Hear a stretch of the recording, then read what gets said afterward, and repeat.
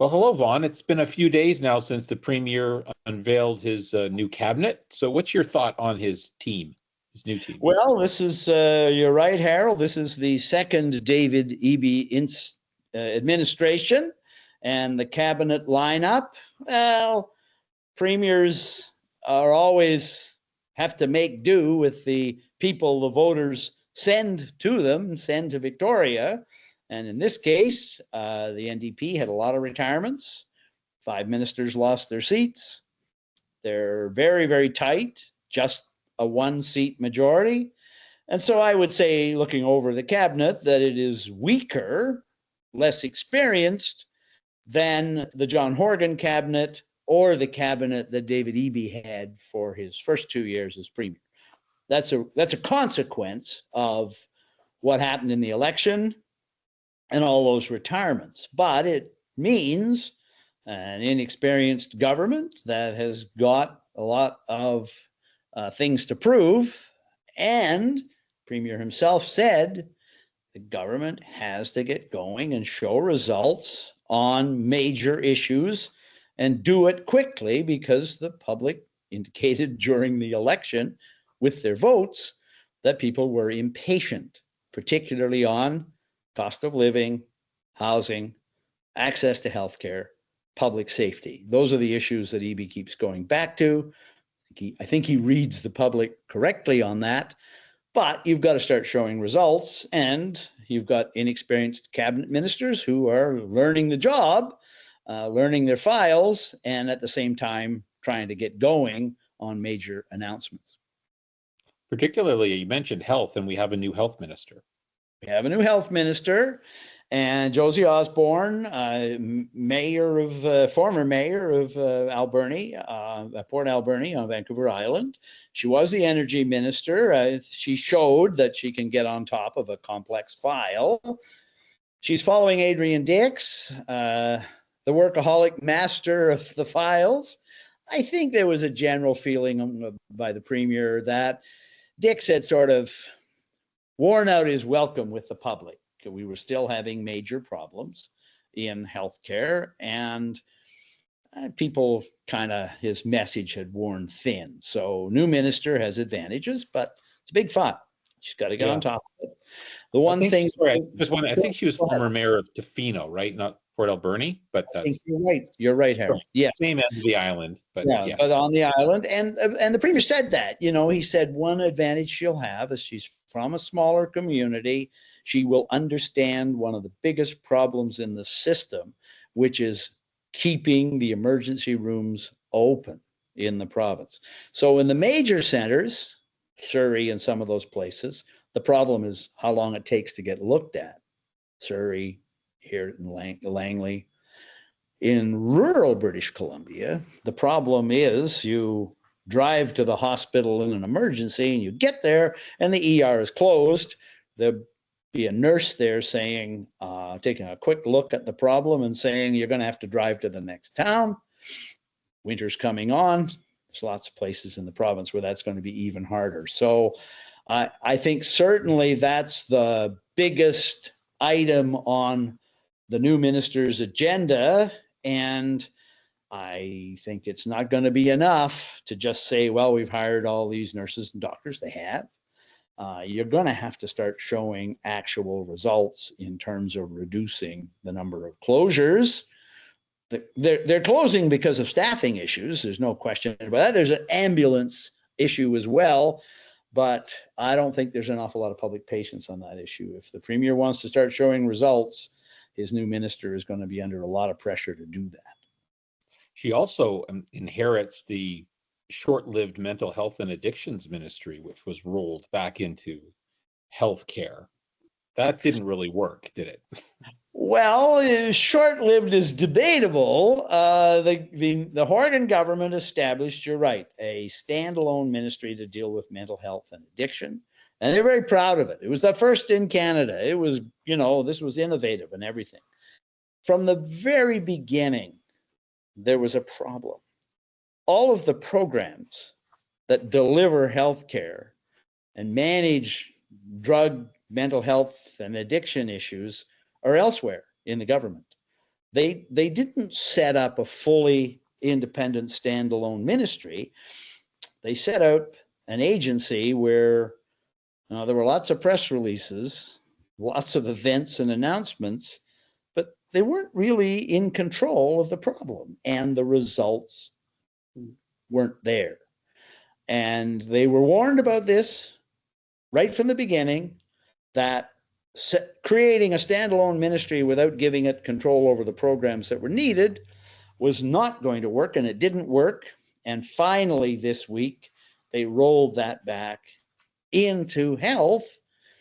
Well, so you've got a health minister now who's got to get on top of everything, plus she's going to have to do the talking on the huge problem we have with mental health and addictions.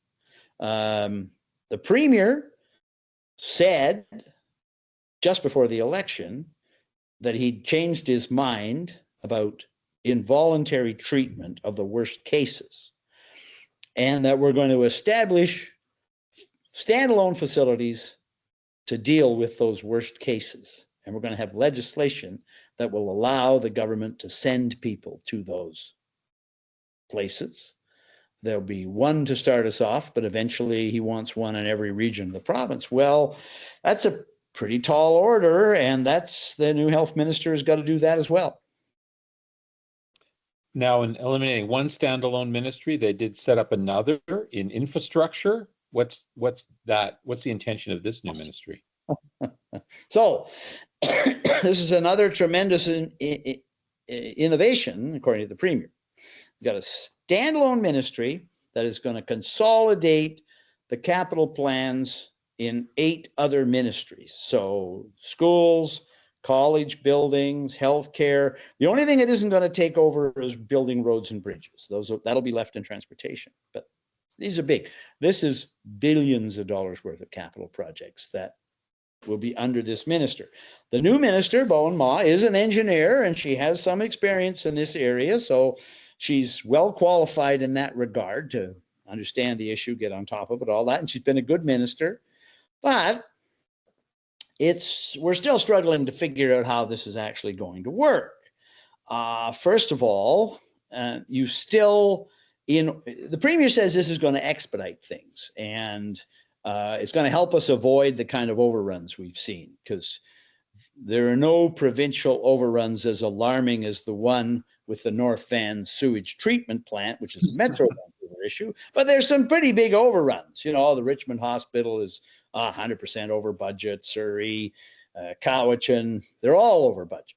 So, one wishes the new minister luck, but I mean, fundamentally, what is the reason for the overruns? I would say lowballing the estimates going in. That's true. Managing. That's true. But there's also a shortage of skilled workers. A lot of the bidders on government contracts won't take the contract estimate from the government. They're bidding up the price. And if the government doesn't want them to build it, well, they'll say they'll go and build something else. There's no lack of work. So you've also got, this is to me a serious problem. The Municipal Affairs Ministry is in charge of, if a municipality wants financial assistance on sewage treatment, well, that goes through municipal affairs. Education is still going to get involved with the school board on where you're going to put the school and what kind of school are you going to get.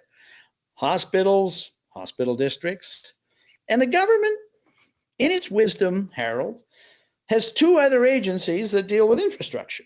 There's Infrastructure BC, and there's the BC Infrastructure Benefits Organization. So you got 3 infrastructure agencies in government. And, if you ask them, they'll explain why they have 3, but I'm going to me, 3 agencies dealing with infrastructure, plus all these other ministries, plus the environment, plus the need to consult and accommodate Indigenous nations, is not, to me, sound like a setup to expedite approval of projects. But I guess we'll see. You mentioned municipal affairs. You've been writing this week about the further centralization of power in the Premier's office as it relates to local governments, municipal governments, Metro Vancouver Regional District, other regional districts. What does that mean? Well, I mean, first of all, it means that the Premier hasn't been listening to people in the NDP, because one of the messages that came out after the election, and that was reinforced with the passing of John Horgan, were New Democrats themselves saying that the EB government was too centralized, way too much power in the Premier's office, way too much second guessing of ministers and ministries by the Premier's office. There was a platoon of lawyers and special advisors in the Premier's office. I kind of ran the whole show. The ministries just sat there waiting for instructions. So there's a feeling that that was a big problem, and people pointed, New Democrats pointed to John Horgan, who delegated. He was very good at delegating to his ministers. He gave them instructions and he delegated. Well, we're kind of going, is David Eby going to do that? Going to go that way?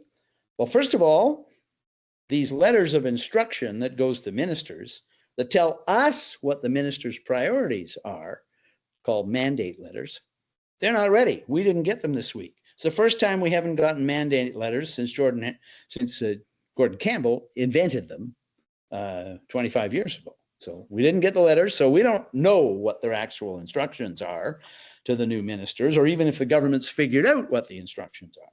Well, the second thing the Premier did was, we get a huge cabinet order every time there's a cabinet shuffle.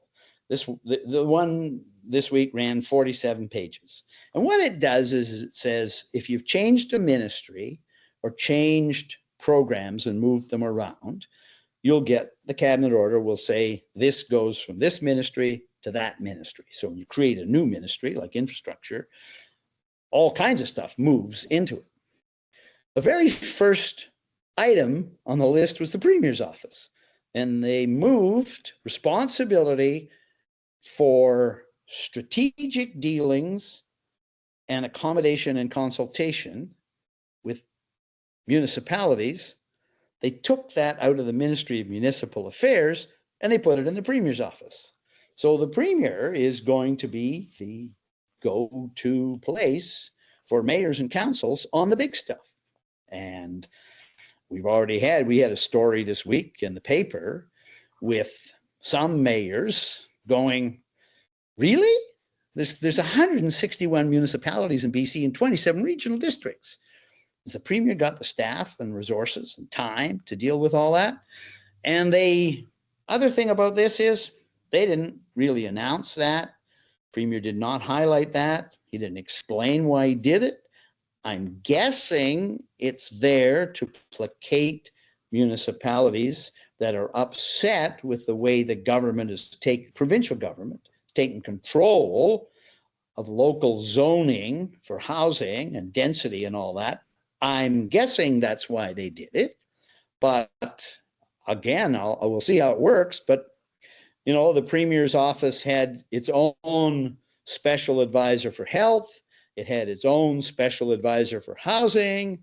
It has its own special advisor for Indigenous relations. And now the Premier has got a secretariat in charge of direct dealing with mayors and councils on any number of issues.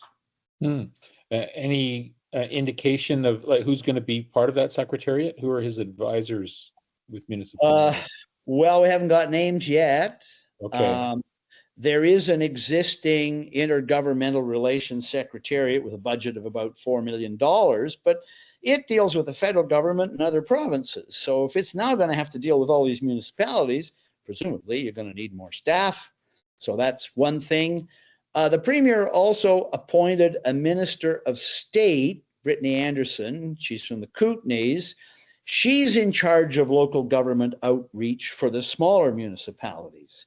So again, you're a mayor and your council, you're willing to approve a housing project in your municipality, a big one, the kind that the government wants.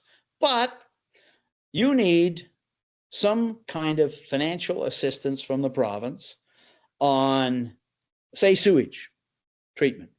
You need BC Hydro to come through with a power line. You need a school in the neighborhood because Surrey's already top heavy with portables. So who all are you going to have to go to on this? Well, you go to the Premier's office. Maybe you go to the Minister of State for Local Government. Maybe you go to the Infrastructure Minister or 2 or 3 of the other 2 agencies in charge of it. I mean, you know how government works. It's the runaround, right? I don't know as though this is actually going to expedite anything. We'll see. Interesting. Well, what are the prospects now then, Vaughn, of a fall sitting? That was something that was expected. We were certainly expecting it. Premier himself said he was going to have one. There's some signs they're rethinking that now. The initial argument for bringing the legislature back was to elect a new speaker.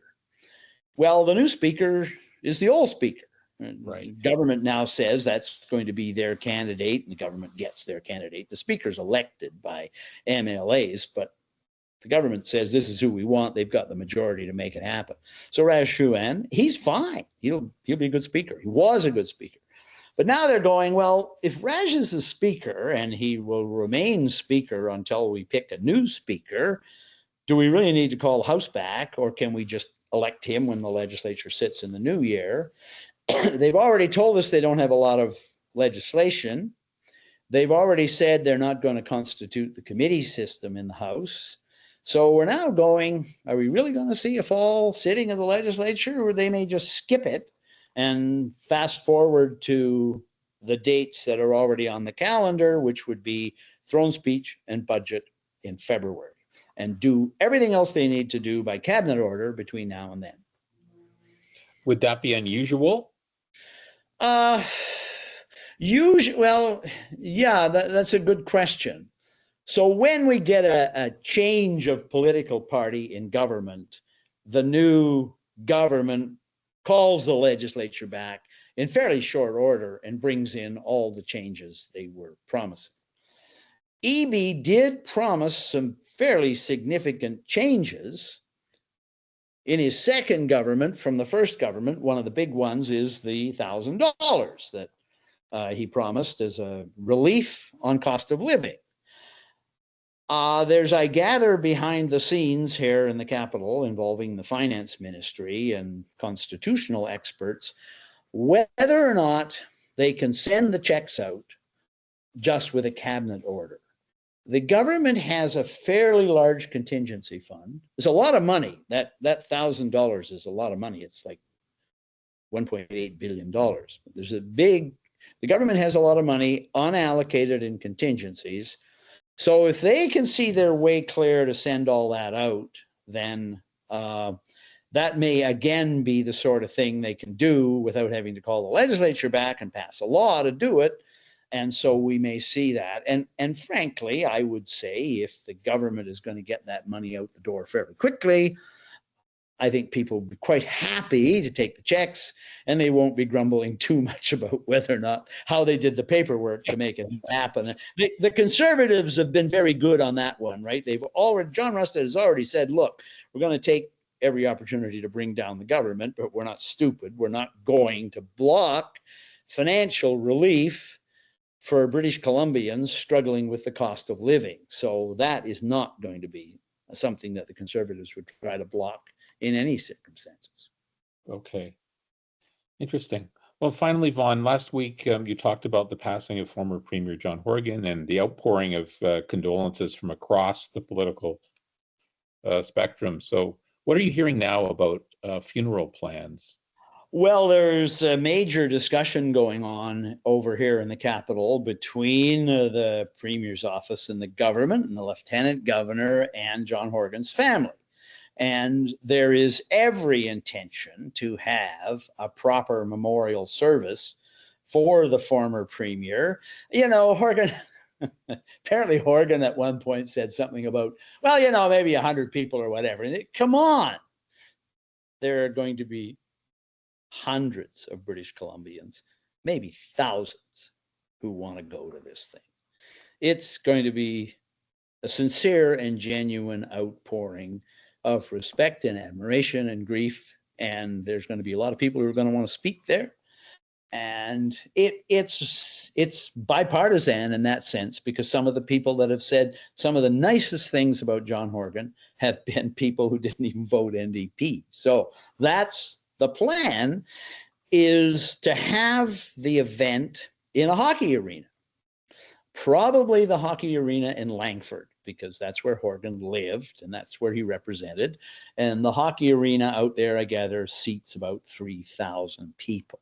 So that's the plan. That there's a struggle to come up with a date. One of Horgan's sons lives in the UK and obviously wants to attend.